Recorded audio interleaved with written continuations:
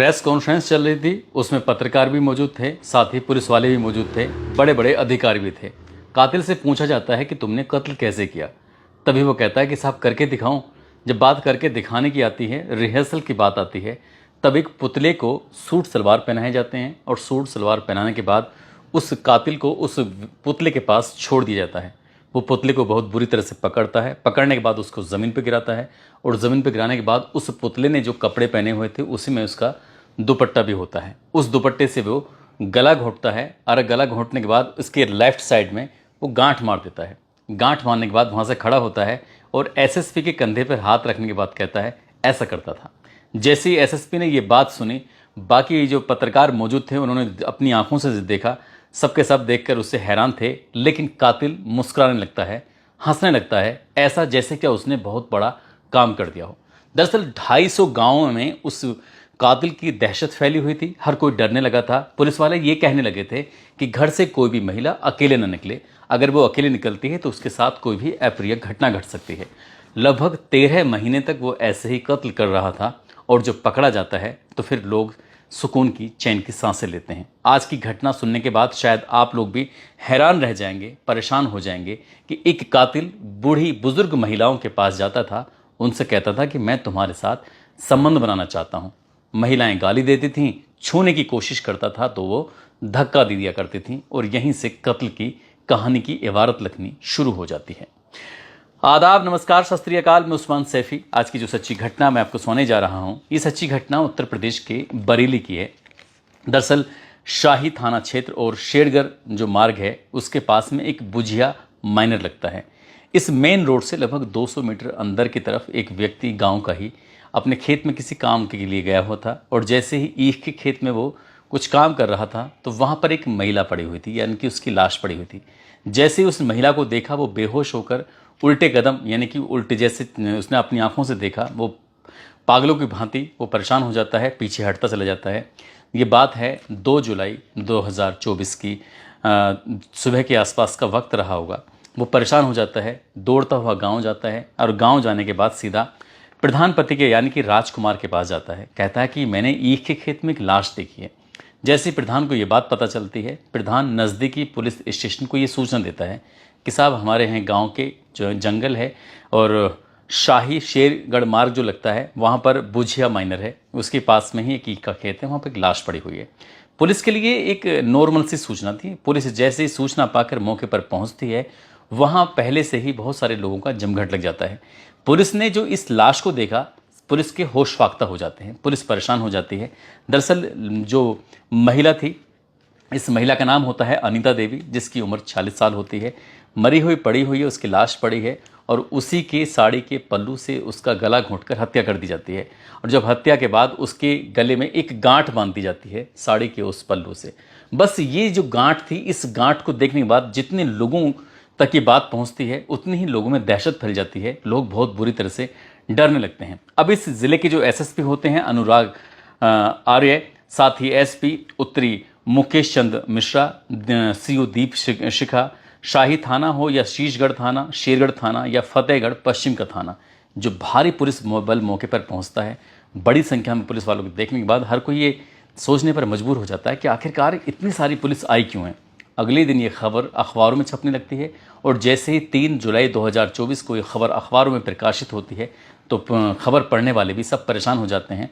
वाकायदा अगले दिन जो इस इलाके के एडीजी होते हैं रमित सिंह, वो भी पहुंचते हैं। वो भी जाने के बाद एक संदेश देते हैं कि घर से कोई महिला अकेले ना निकले और अगर अकेले निकलती हैं तो उनके साथ कोई हादसा हो सकता है।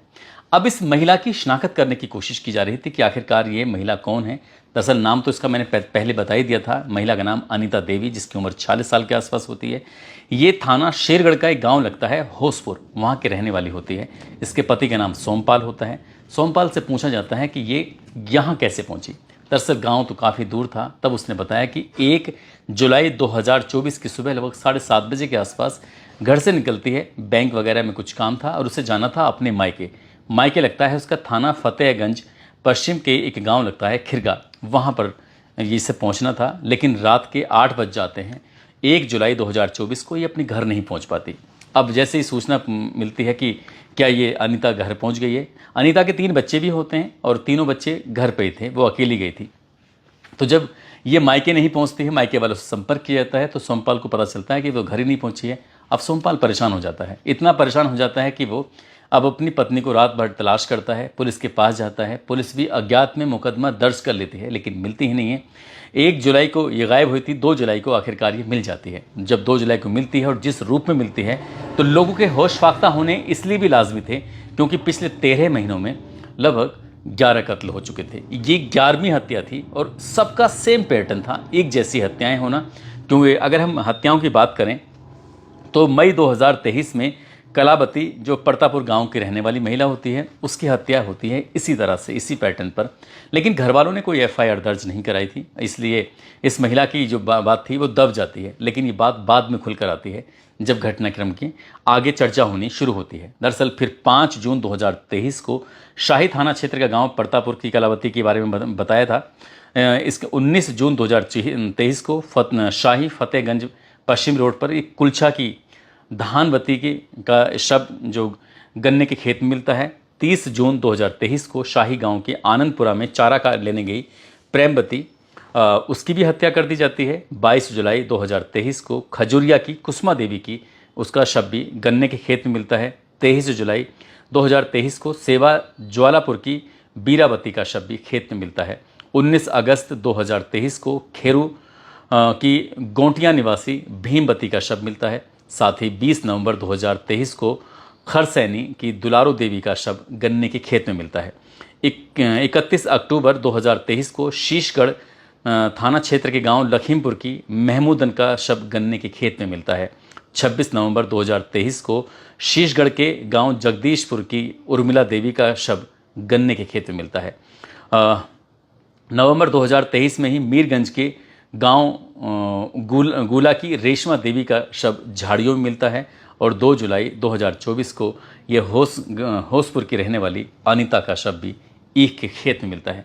सभी महिलाओं को ज़्यादातर या तो झाड़ियों में मारा गया था या फिर ईख के खेत में मारा गया था। अब जब ये दहशत फैल जाती है, इस घटना पहले जब सबसे अंतिम घटना होती है 2023 के नवंबर में होती है, और ठीक अगली जो घटना होती है वो 2 जुलाई 2024 को होती है। कई महीने बीत जाते हैं।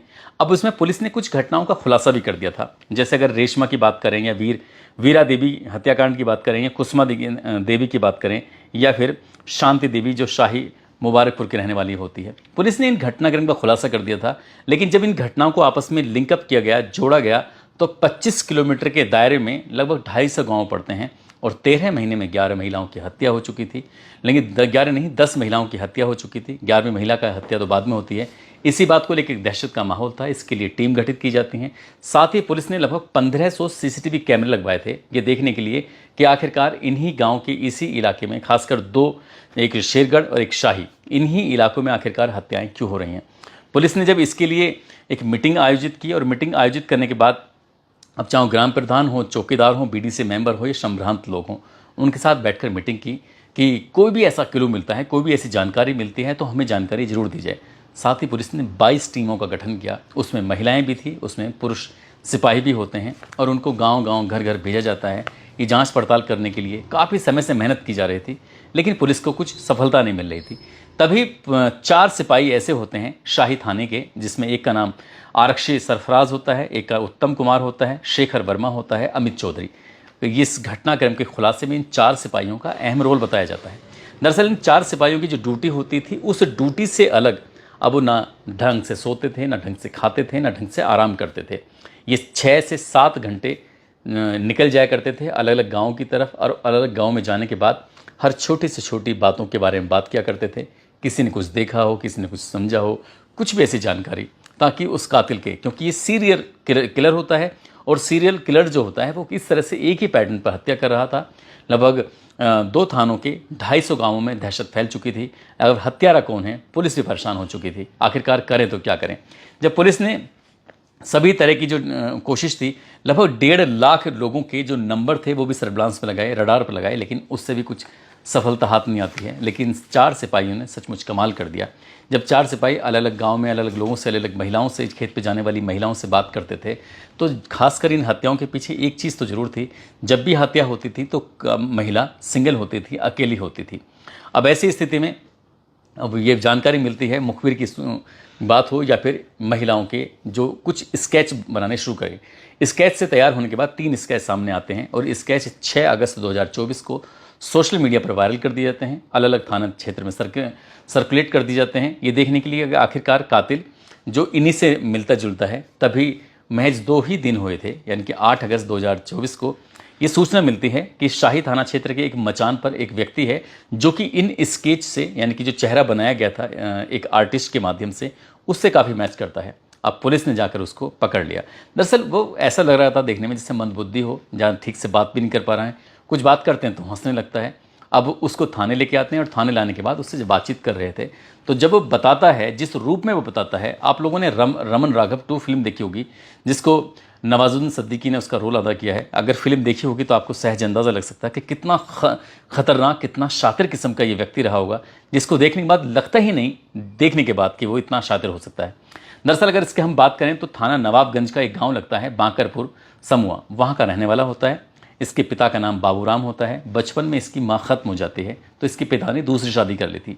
पिता जब दूसरी शादी कर लेते हैं तो इसकी जो सौतेली माँ होती है इसको किसी न किसी बात पर, किसी न किसी बहाने से पीट दिया करती थी, खूब मारा करती थी। जब उसका मन भर जाया करता था तो अपने पति से कहा करती थी कि इसने ये गलतियाँ की हैं, इस तरह से गलती कर रहा है।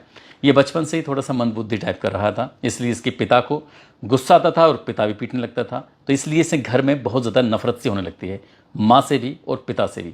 हालांकि वो अपनी माँ और पिता से इतना डरता था कि उन्हें कभी नुकसान पहुंचाने की कोशिश नहीं करता था। और साल 2014 में इसकी शादी भी हो जाती है।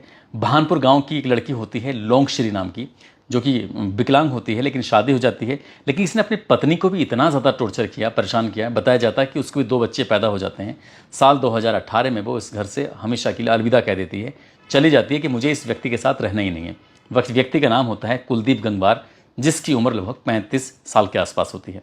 अब ये कुलदीप गंगवार, ये अपने जिसकी पत्नी छोड़ चली जाती है, घर तो रहता है लेकिन घर में जब मार पिटाई होती है तो इसे कुछ तो वक्त काट लेता है। लेकिन साल 2023 में आखिरकार ये अपने इस घर को छोड़ देता है जो बाबूराम का घर होता है, और ये अपनी बहनों के पास चला जाता है। इसकी बहन 2 अलग बहनें हैं, दोनों की शादी हो चुकी हैं। एक सब्जीपुर खाता गांव की में रहती है और दूसरी आनंदपुर गांव में रहती है।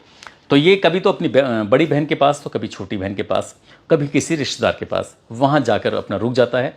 और सुबह ही अपने घर से खाना वाना खाकर घर से निकल गया। ये कभी भी अपने पास मोबाइल नहीं रखता था, मोबाइल था ही नहीं इसके पास। और सबसे बड़ी हैरान करने वाली बात ये थी कि ये कभी भी सीधे रास्ते नहीं चलता था। जैसे आप देखते होंगे चौड़े रास्ते जिन पर गाड़ी चलती हैं, बाइक चलती हैं या फिर और बड़े वाहन चलते हैं, उन पर कभी नहीं चलता। लेकिन गाँव के जो छोटे रास्ते होते हैं, जिसको गाँव में कई बार बटिया बोल देते हैं, उन ऐसे छोटे छोटे रास्तों को जो लोगों द्वारा खुद पैदल चलने पर वो बन जाते हैं, ऐसे रास्ते पर चलता था। हालांकि पुलिस ने उस कातिल को ढूंढने के लिए 1500 सीसीटीवी कैमरे लगाए थे और हर जगह लगाए थे, लेकिन ऐसी जगह पर कैमरे नहीं लगाए थे जो बटिया टाइप की जो होती हैं, जहाँ पर लोग पैदल निकल जाते हैं। अब इसी तरह से इसका आना जाना लगा रहता था। और इसने मई में जो पहला कत्ल किया था, जिस महिला का नाम होता है कलावती, इसका जो पहला कत्ल किया था, तो उस ये महिला अकेली मिल जाती है और इस महिला को देखने के बाद इसकी नीयत ख़राब हो जाती है। हालांकि इस महिला की उम्र 50 साल से ज़्यादा होती है। इस महिला के पास जाता है और जाने के बाद उससे बातचीत करने लगता है। महिला भी इसको रेस्पॉन्स दे रही थी, लेकिन इसने महिला से छूटते कहा कि मैं तुम्हारे साथ संबंध बनाना चाहता हूँ। जैसी बात संबंध बनाने की आती है, तुरंत ही इस महिला को गुस्सा आ जाता है और महिला इसको गालियाँ देने लगती है। और जब इसने उस महिला को छूने की कोशिश की तो धक्का दिया। ठीक इसे अपनी माँ की याद आ जाती है, जिस तरह से माँ ने इसे बचपन से ही पीटना शुरू कर दिया था, सौतेली माँ ने। तो इसे बहुत बुरा लगता है कि आखिरकार ये महिला इसके साथ ऐसा कैसे कर सकती है। इसने इधर उधर चारों तरफ को देखा, क्योंकि वहाँ कोई ना दूर दूर तक आदमी था। तभी इसने उस महिला को पकड़ा और उसकी हत्या कर देता है।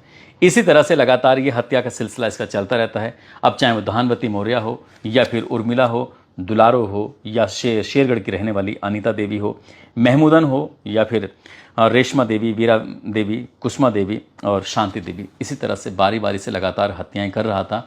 हत्या का पैटर्न एक ही होता है, उनके साथ संबंध बनाने की कोशिश करता था, विरोध करती थी तो ये उसका गला दबा देता। अगर उन्होंने महिला ने साड़ी पहनी हुई तो साड़ी के पल्लू से उसने उसका इस्तेमाल किया, या फिर महिला ने अगर सूट सलवार पहने तो उसके पास अगर उसने दुपट्टा होता था तो उससे उसको दुपट्टे से गला घोंटता था। और जब जिस तरह से ये हत्या करता है, जब ये पकड़ा जाता है, पुलिस वाले से पूछते हैं कि किस तरह से हत्या करते थे, पत्रकार इसे सवाल कर रहे थे, तब ये एक रिहर्सल करता है पुतले पर और पुतले को गिराकर जिस तरह से उसकी हत्या करता है। जब इसने गांठ लगाई उसके पुतले पर जो दुपट्टा था, तो उस गांठ उसने लेफ्ट साइड में, जो इधर ये साइड होता है, इस साइड में जो गांठ लगाई, तब सब के सब भौचक्के रह जाते हैं। उस वक्त तक तो ऐसा लग रहा था जैसे कि ये झूठ बोल रहा है। हो सकता है पुलिस की कहानी में कुछ झोल हो, लेकिन पुलिस इस कातिल को ढूंढने के लिए 13 महीने से लगातार मेहनत कर रही थी और पिछले 6 महीने से तो बहुत ज़्यादा। और खासकर जब 2 जुलाई को इस अनीता देवी की हत्या होती है और जो 250 गाँव में दहशत फैल जाती है, लोग सड़कों पर उतर आते हैं, बात लखनऊ तक पहुँच जाती है, लखनऊ से लगातार प्रेशर बढ़ रहा था। हालांकि इस बीच में 2 ऐसे एसएसपी बदल जाते हैं, लेकिन अनुराग आर्य ने इस मामले को बहुत गंभीरता से लिया, टीम गठित की और 4 सिपाहियों ने, जिनका नाम मैं पहले भी ले चुका हूं, जिसमें सरफराज, उत्तम कुमार, शेखर वर्मा, अमित चौधरी, इनकी मेहनत से कातिल पकड़ा जाता है। और जब कातिल पकड़ा जाता है तो एसएसपी के कंधे पर हाथ रखकर बताता है कि मैं ऐसे मारता था, और वो हंसने लगता है। तो वाकई ये बहुत ही डरावना सीन था, देखकर शायद भविष्य में हो सकता है कि आपको इस विषय पर कोई फिल्म भी देखने को मिल जाए। दोस्तों, इस पूरे घटनाक्रम को सुनाने का उद्देश्य किसी को परेशान करना नहीं है, किसी का दिल दुखाना नहीं है, बल्कि आपको जागरूक करना है, आपको सचेत करना है। और आपको ये भी बताना है कि जिस तरह से पुलिस ने इस घटनाक्रम का खुलासा किया है, इससे ये बताया जा रहा है कि ये जितनी भी हत्याएं थीं 11 की 11 इसी व्यक्ति ने की हैं, लेकिन 6 हत्याओं को इसने स्वीकार किया है और पुलिस 4 घटनाओं को खुलासा भी कर चुकी थी। अब क्या वो जो खुलासा कर चुकी थी, तो पुलिस की डंडे की मार से क्या उन लोगों ने ये स्वीकार कर लिया था कि हमने हत्याएं की हैं, या वाकई सचमुच उन्होंने हत्या की हैं? अभी इस पैटर्न की, इस मामले की जाँच पड़ताल की जा रही है कि हत्याएँ क्या वाकई जो जेल में हैं, सलाखों के पीछे हैं, क्या उन्हें वो छोड़े जाएंगे या वो वाकई सलाखों के पीछे रहेंगे? आगे क्या होगा क्या नहीं होगा, पुलिस अभी हर एक पहलू पर छोटी छोटी पड़ताल भी जुटी है। लेकिन इस हत्याकांड ने, जो लगातार हत्याएं हो रही थी, उसने इलाके में दहशत फैला दी थी, लोगों को परेशान कर दिया था। जाते जाते आज हसनपुर के रहने वाले हैं मोहम्मद जियान खान, आज इनका जन्मदिन है। इनको जन्मदिन की ढेरों सारी शुभकामनाएं, बहुत बहुत मुबारकबाद। साथ ही कुछ लोगों ने नाम लेने की अपील की है, जिसमें विक्रम सिंह, सुभाष मल्होत्रा, दीपचंद यादव, ताजुद्दीन सुल्ताना, देशराज प्रजापति, मोहम्मद अरशद खान, सुरजीत पटेल हैं, प्रेमलता, गणेश ठाकुर, इमरान अब्बासी, मोहम्मद सैफ, हरिप्रसाद सिंह, हर्ष कुमार, शुभम पांडे, मलखान सिंह, भास्कर, भावेश, निशा कौर, नारायण सिंह, गुड्डू सिंह, सुनीता प्रजापति। आप सब लोग अपना ख्याल रखें, सुरक्षित रहें। जय हिंद, जय भारत।